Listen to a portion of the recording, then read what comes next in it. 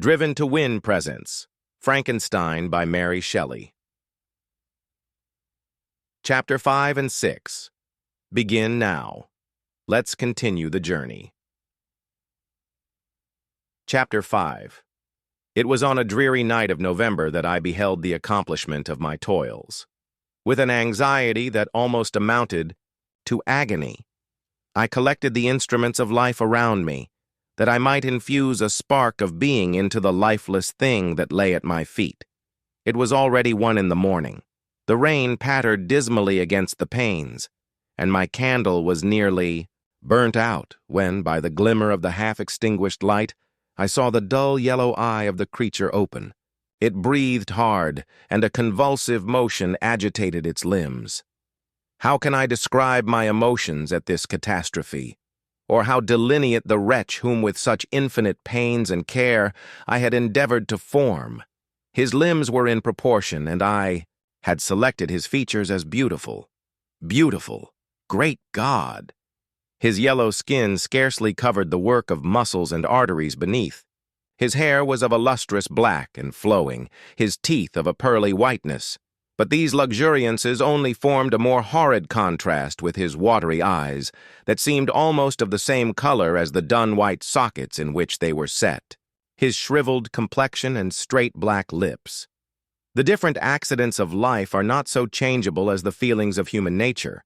I had worked hard for nearly 2 years, for the sole purpose of infusing life into an inanimate body. For this I had deprived myself of rest and health.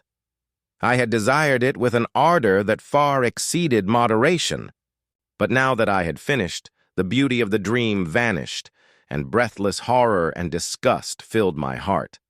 Unable to endure the aspect of the being I had created, I rushed out of the room and continued a long time traversing my bedchamber, unable to compose my mind to sleep. At length, lassitude succeeded to the tumult I had before endured, and I threw myself on the bed in my clothes, endeavoring to seek a few moments of forgetfulness. But it was in vain. I slept, indeed, but I was disturbed by the wildest dreams. I thought I saw Elizabeth, in the bloom of health, walking in the streets of Ingolstadt. Delighted and surprised, I embraced her. But as I imprinted the first kiss on her lips, they became livid with the hue of death. Her features appeared to change, and I thought that I held the corpse of my dead mother in my arms. A shroud enveloped her form, and I saw the grave worms crawling in the folds of the flannel. I started from my sleep with horror. A cold dew covered my forehead, my teeth chattered, and every limb became convulsed, when, by the dim and yellow light of the moon, as it forced its way through the window shutters, I beheld the wretch, the miserable monster whom I had created. He held up the curtain of the bed, and his eyes, if eyes they may be called, were fixed on me. His jaws opened, and he muttered some inarticulate sounds while a grin wrinkled his cheeks. He might have spoken, but I did not hear. One hand was stretched out, seemingly to detain me, but I escaped and rushed downstairs. I took refuge in the courtyard belonging to the house which I inhabited, where I remained during the rest of the night, walking up and down in the greatest agitation, listening attentively, catching and fearing each sound as if it were to announce the approach of the demoniacal corpse to which I had so miserably given life. Oh, no mortal could support the horror of that countenance. A mummy again, endued with animation, could not be so hideous as that wretch. I had gazed on him while unfinished. He was ugly then, but when those muscles and joints were rendered capable of motion, it became a thing such as even Dante could not have conceived. I passed the night wretchedly. Sometimes my pulse beat so quickly and hardly that I felt the palpitation of every artery. At others, I nearly sank to the ground through languor and extreme weakness. Mingled with this horror, I felt the bitterness of disappointment. Dreams that had been my food and pleasant rest for so long a space were now become a hell to me, and the change was so rapid, the overthrow so complete. Morning, dismal and wet, at length dawned and discovered to my sleepless and aching eyes the church of Ingolstadt, its white steeple and clock, which indicated the 6th hour. The porter opened the gates of the court, which had that night been my asylum, and I issued into the streets, pacing them with quick steps, as if I sought to avoid the wretch whom I feared every turning of the street would present to my view. I did not dare return to the apartment which I inhabited, but felt impelled to hurry on, although drenched by the rain which poured from a black and comfortless sky. I continued walking in this manner for some time, endeavoring by bodily exercise to ease the load that weighed upon my mind. I traversed the streets without any clear conception of where I was or what I was doing. My heart palpitated in the sickness of fear, and I hurried on with irregular steps, not daring to look about me, like one who, on a lonely road, doth walk, in fear and dread, and having once turned round, walks on and turns no more his head, because he knows a frightful fiend doth close behind him tread. Coleridge's Ancient Mariner. Continuing thus, I came at length opposite to the inn at which the various diligences and carriages usually stopped. Here I paused, I knew not why, but I remained some minutes with my eyes fixed on a coach that was coming towards me from the other end of the street. As it drew nearer, I observed that it was the Swiss diligence. It stopped just where I was standing, and on the door being opened, I perceived Henry Clerval, who, on seeing me, instantly sprung out. "My dear Frankenstein," exclaimed he, "how glad I am to see you! How fortunate that you should be here at the very moment of my alighting." Nothing could equal my delight on seeing Clerval. His presence brought back to my thoughts my father, Elizabeth, and all those scenes of home so dear to my recollection. I grasped his hand, and in a moment forgot my horror and misfortune. I felt suddenly, and for the first time during many months, calm and serene joy. I welcomed my friend, therefore, in the most cordial manner, and we walked towards my college. Clerval continued talking for some time about our mutual friends and his own good fortune in being permitted to come to Ingolstadt. "You may easily believe," said he, "how great was the difficulty to persuade my father that all necessary knowledge was not comprised in the noble art of bookkeeping, and, indeed, I believe I left him incredulous to the last, for his constant answer to my unwearied entreaties was the same as that of the Dutch schoolmaster in The Vicar of Wakefield. 'I have 10,000 florins a year without Greek. I eat heartily without Greek.' But his affection for me at length overcame his dislike of learning, and he has permitted me to undertake a voyage of discovery to the land of knowledge." "It gives me the greatest delight to see you, but tell me how you left my father, brothers, and Elizabeth." "Very well, and very happy, only a little uneasy that they hear from you so seldom. By the by, I mean to lecture you a little upon their account myself. But, my dear Frankenstein," continued he, stopping short and gazing full in my face, "I did not before remark how very ill you appear, so thin and pale. You look as if you had been watching for several nights." "You may have guessed right. I have lately been so deeply engaged in one occupation that I have not allowed myself sufficient rest, as you see. But I sincerely hope, that all these employments are now at an end and that I am at length free." I trembled excessively. I could not endure to think of, and far less to allude to, the occurrences of the preceding night. I walked with a quick pace, and we soon arrived at my college. I then reflected, and the thought made me shiver, that the creature whom I had left in my apartment might still be there, alive and walking about. I dreaded to behold this monster, but I feared still more that Henry should see him. Entreating him, therefore, to remain a few minutes at the bottom of the stairs, I darted up towards my own room. My hand was already on the lock of the door before I recollected myself.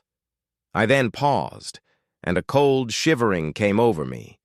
I threw the door forcibly open, as children are accustomed to do when they expect a spectre to stand in waiting for them, on the other side, but nothing appeared.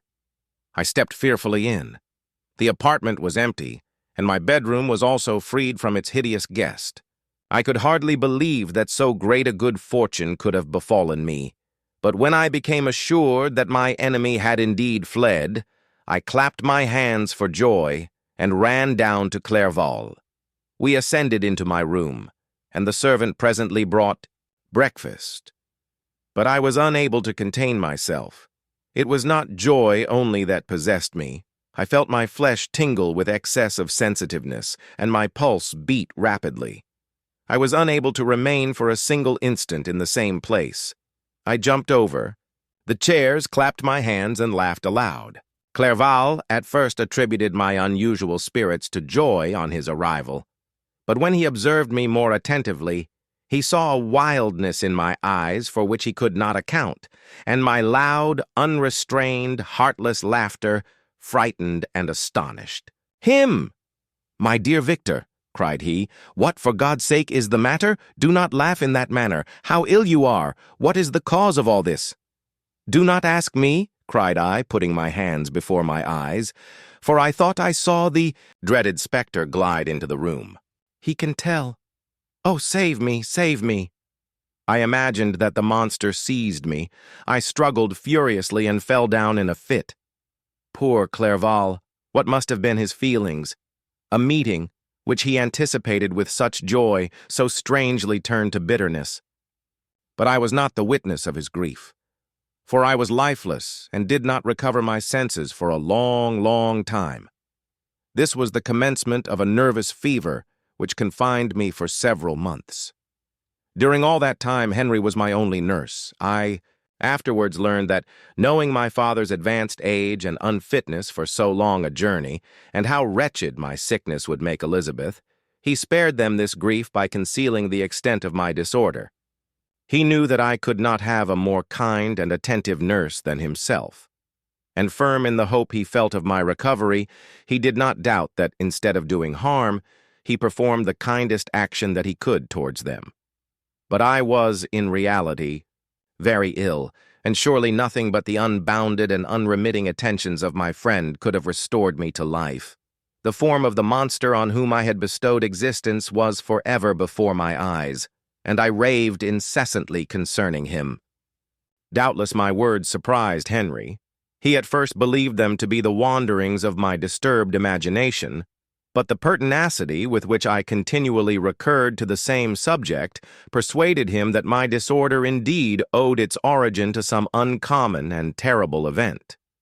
By very slow degrees, and with frequent relapses that alarmed and grieved my friend, I recovered.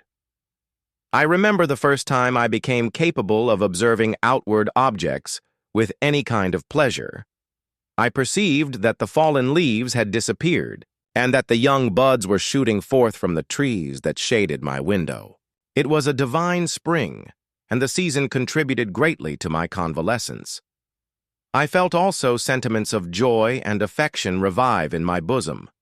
My gloom disappeared, and in a short time I became as cheerful as before I was attacked by the fatal passion. "Dearest Clerval," exclaimed I, "how kind, how very good you are to me. This whole winter, instead of being spent in study, as you promised yourself, has been consumed in my sick room. How shall I ever repay you? I feel the greatest remorse for the disappointment of which I have been the occasion, but you will forgive me.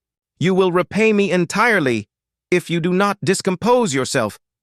But get well as fast as you can, and since you appear in such good spirits, I may speak to you on one subject, may I not?" I trembled. One subject. What could it be? Could he allude to an object on whom I dared not even think? "Compose yourself," said Clerval, who observed my change of color. "I will not mention it if it agitates you, but your father and cousin would be very happy if they received a letter from you in your own handwriting. They hardly know how ill you have been and are uneasy at your long silence." "Is that all, my dear Henry? How could you suppose that? My first thought would not fly towards those dear, dear friends whom I love, and who are so deserving of my love. If this is your present temper, my friend, You will perhaps be glad to see a letter that has been lying here some days for you. It is from your cousin, I believe.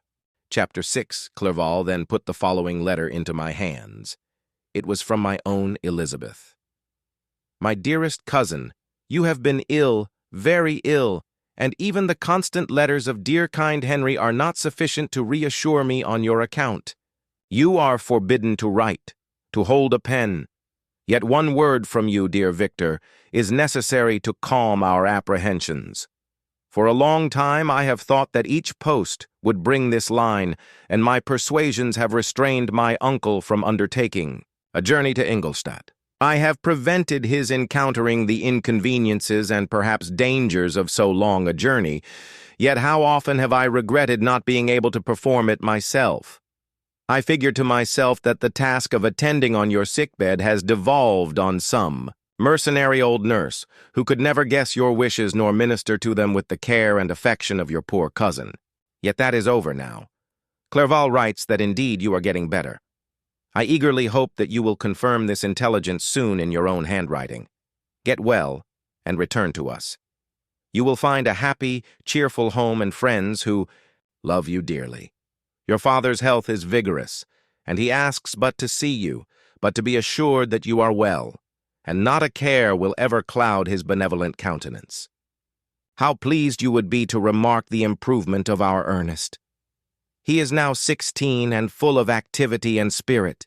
He is desirous to be a true Swiss and to enter into foreign service, but we cannot part with him, at least until his elder brother returns to us.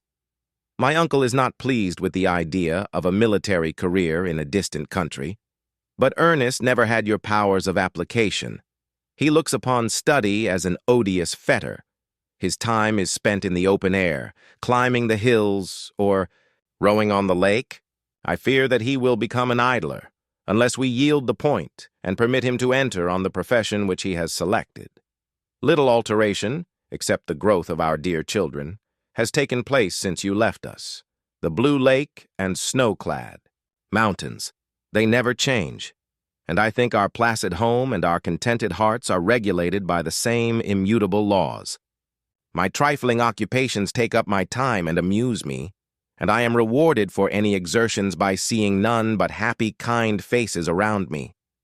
Since you left us, but one change has taken place in our little household. Do you remember on what occasion Justine Moritz entered our family? Probably you do not. I will relate her history, therefore, in a few words. Madame Moritz, her mother, was a widow with 4 children, of whom Justine was the 3rd. This girl had always been the favorite of her father, but through a strange perversity, her mother could not endure her, and after the death of Monsieur Moritz, treated her very ill. My aunt observed this, and when Justine was 12 years of age, prevailed on her mother to allow her to live at our house.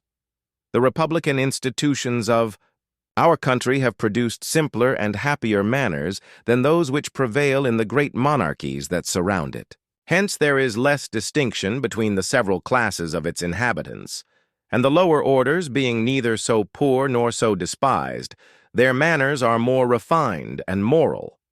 A servant in Geneva does not mean the same thing as a servant in France and England.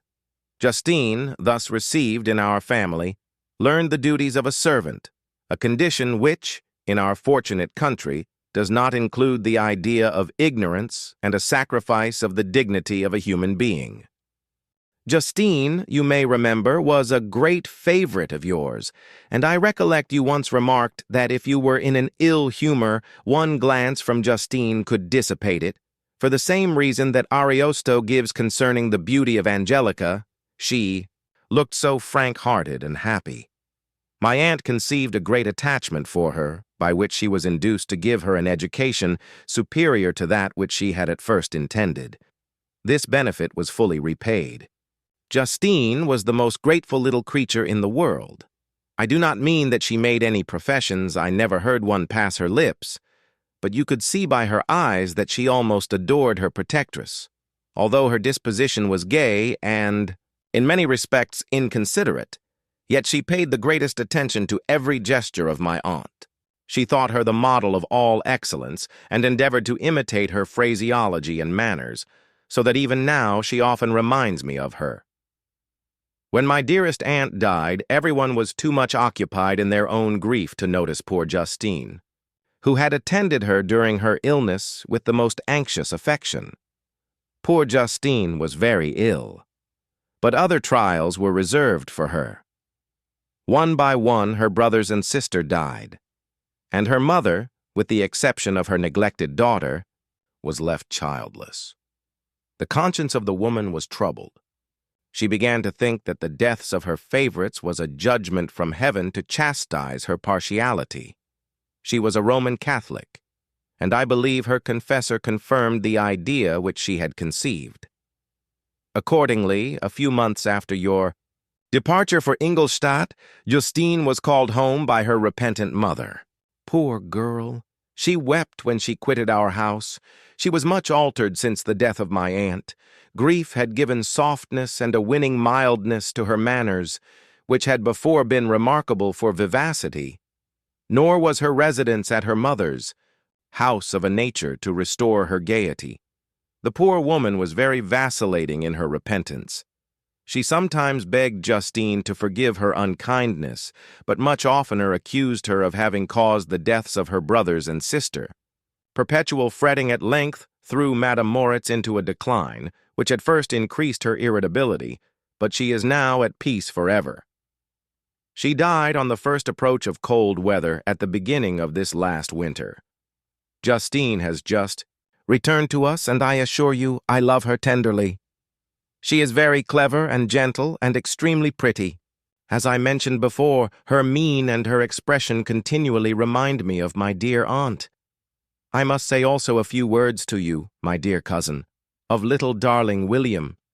I wish you could see him. He is very tall of his age, with sweet, laughing, blue eyes, dark eyelashes, and curling hair. When he smiles, 2 little dimples appear on each cheek, which are rosy with health. He has already had 1 or 2 little wives, but Louisa Biron is his favorite, a pretty little girl of 5 years of age. Now, dear Victor, I dare say you wish to be indulged in a little gossip concerning the good people of Geneva. The pretty Miss Mansfield has already received the congratulatory visits on her approaching marriage with a young Englishman, John Melbourne-esque. Her ugly sister, Manon, married Monsieur Duvillard, the rich banker, last autumn. Your favorite schoolfellow, Louis Manoir, has suffered several misfortunes since the departure of Clerval from Geneva, but he has already recovered his spirits and is reported to be on the point of marrying a lively, pretty Frenchwoman, Madame Tavernier. She is a widow and much older than Manoir, but she is very much admired and a favorite with everybody. I have written myself into better spirits, dear cousin, but my anxiety returns upon me as I conclude. Write, dearest Victor, 1 line, 1 word will be a blessing to us. 10,000 thanks to Henry for his kindness, his affection, and his many letters. We are sincerely grateful. Adieu. My cousin, take care of yourself, and I entreat you, write. Elizabeth Lavenza. Geneva, March 18th, 17th. Dear, dear Elizabeth, I exclaimed when I had read her letter, I will write instantly and relieve them from the anxiety they must feel.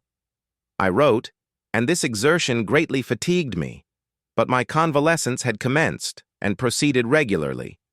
In another fortnight I was able to leave my chamber. One of my first duties on my recovery was to introduce Clerval to the several professors of the university. In doing this, I underwent a kind of rough usage, ill-befitting the wounds that my mind had sustained.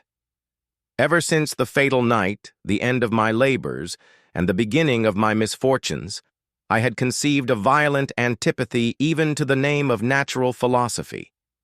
When I was otherwise quite restored to health, the sight of a chemical instrument would renew all the agony of my nervous symptoms. Henry saw this, and had removed all my apparatus from my view. He had also changed my apartment, for he perceived that I had acquired a dislike for the room which had previously been my laboratory. But these cares of Clerval were made of no avail.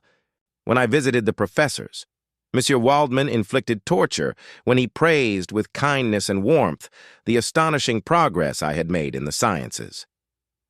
He soon perceived that I disliked the subject, but not guessing the real cause, he attributed my feelings to modesty and changed the subject from my improvement to the science itself, with a desire, as I evidently saw, of drawing me out. What could I do? He meant to please, and he tormented me. I felt as if he had placed carefully, one by one, in my view those instruments which were to be afterwards used in putting me to a slow and cruel death. I writhed under his words, yet dared not exhibit the pain I felt. Clerval, whose eyes and feelings were always quick in discerning the sensations of others, declined the subject, alleging in excuse his total ignorance. And the conversation took a more general turn. I thanked my friend from my heart, but I did not speak. I saw plainly that he was surprised, but he never attempted to draw my secret from me. And although I loved him with a mixture of affection and reverence that knew no bounds, yet I could never persuade myself to confide in him that event which was so often present to my recollection, but which I feared the detail to another would only impress more deeply. Monsieur Krempe was not equally docile, and in my condition at that time of almost insupportable sensitiveness, his harsh, blunt encomiums gave me even more pain than the benevolent approbation of Monsieur Waldman. "Damn the fellow!" cried he. "Why, Monsieur Clerval, I assure you he has outstripped us all. Ay, stare if you please, but it is nevertheless true. A youngster who, but a few years ago, believed in Cornelius Agrippa as firmly as in the gospel, has now set himself at the head of the university, and if he is not soon pulled down, we shall all be out of countenance. Aye, aye," continued he, observing my face expressive of suffering. "Monsieur Frankenstein is modest, an excellent quality in a young man. Young men should be diffident of themselves. You know, Monsieur Clerval, I was myself when young, but that wears out in a very short time." Monsieur Krempe had now commenced an eulogy on himself, which happily turned the conversation from a subject that was so annoying to me. Clerval had never sympathized in my tastes for natural science, and his literary pursuits differed wholly from those which had occupied me. He came to the university with the design of making himself complete master of the Oriental languages, and thus he should open a field for the plan of life he had marked out for himself. Resolved to pursue no inglorious career, he turned his eyes toward the East, as affording scope for his spirit of enterprise. The Persian, Arabic, and Sanskrit languages engaged his attention, and I was easily induced to enter on the same studies. Idleness had ever been irksome to me, and now that I wished to fly from reflection and hated my former studies, I felt great relief in being the fellow pupil with my friend, and found not only instruction, but consolation in the works of the Orientalists. I did not, like him, attempt a critical knowledge of their dialects, for I did not contemplate making any other use of them than temporary amusement. I read merely to understand their meaning, and they well repaid my labors. Their melancholy is soothing, and their joy elevating, to a degree I never experienced in studying the authors of any other country. When you read their writings, life appears to consist in a warm sun and a garden of roses, in the smiles and frowns of a fair enemy, and the fire that consumes your own heart. How different from the manly and heroical poetry of Greece and Rome. Summer passed away in these occupations, and my return to Geneva was fixed for the latter end of autumn. But being delayed by several accidents, winter and snow arrived, the roads were deemed impassable, and my journey was retarded until the ensuing spring. I felt this delay very bitterly, for I longed to see my native town and my beloved friends. My return had only been delayed so long, from an unwillingness to leave Clerval in a strange place, before he had become acquainted with any of its inhabitants. The winter, however, was spent cheerfully, and although the spring was uncommonly late when it came, its beauty compensated for its dilatoriness.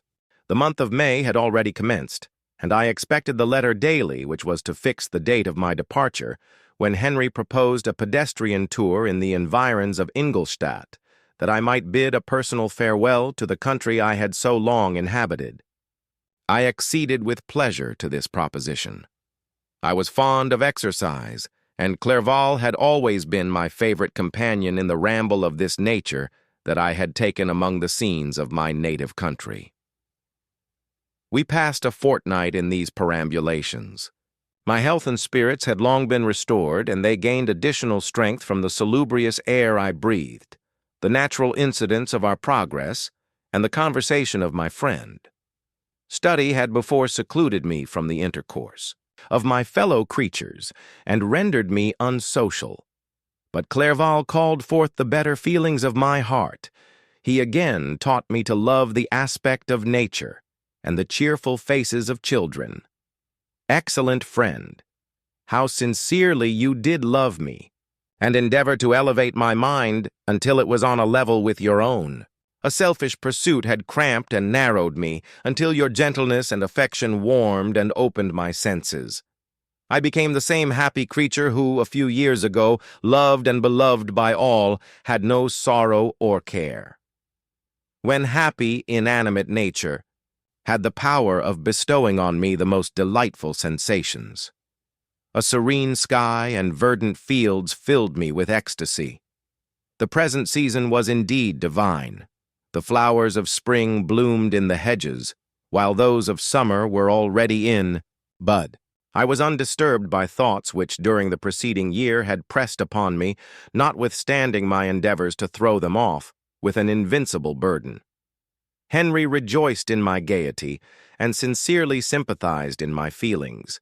He exerted himself to amuse me, while he expressed the sensations that filled his soul. The resources of his mind on this occasion were truly astonishing. His conversation was full of imagination, and very often, in imitation of the Persian and Arabic writers, he invented tales of wonderful fancy and passion. At other times, he repeated my favorite poems or drew me out into arguments which he supported with great ingenuity. We returned to our college on a Sunday afternoon. The peasants were dancing, and everyone we met appeared gay and happy. Own spirits were high, and I bounded along with feelings of unbridled joy and hilarity. Thank you for listening. Don't forget to follow Driven to Win for more chapters daily.